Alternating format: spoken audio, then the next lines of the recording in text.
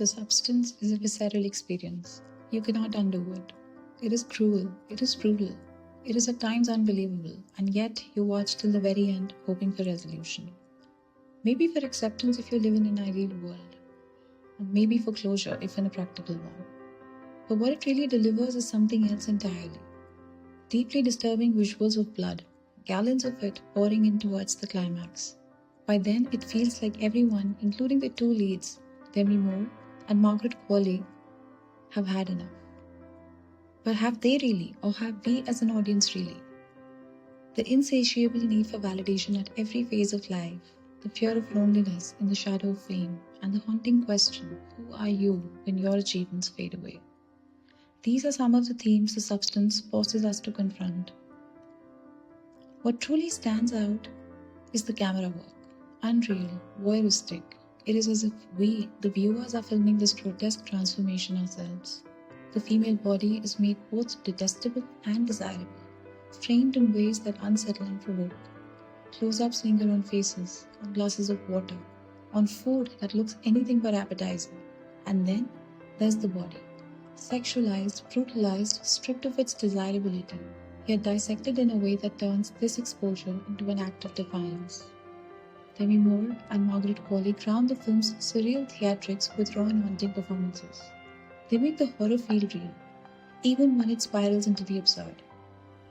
For a body horror film, the fixation on beauty, vanity, and youth may not hit as hard for some audiences, especially those outside Hollywood's youth-obsessed landscape.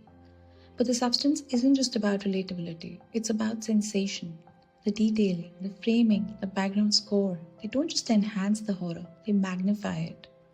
Every emotion, every physical shift, every hip or a chest shot designed to be felt rather than merely seen. And then there's the use of space. The stark, sterile whiteness of the bathroom, isolated, almost clinical, contrasts with the dimly lit transition gallery leading into the rest of the house. Every time Sue or Elizabeth cross that space, they're moving between states of being. From solitude to spectacle, from self-reflection to performance, the house itself becomes a metaphor for the shifting realities, reinforcing the substance's exploration of identity and transformation theme. At its core, the substance is a story about ageism. A simple premise, yet nothing about its execution is simple. The film doesn't just explore the fear of growing old. It exposes the desperation to find the elixir of life, to remain forever young, forever desirable.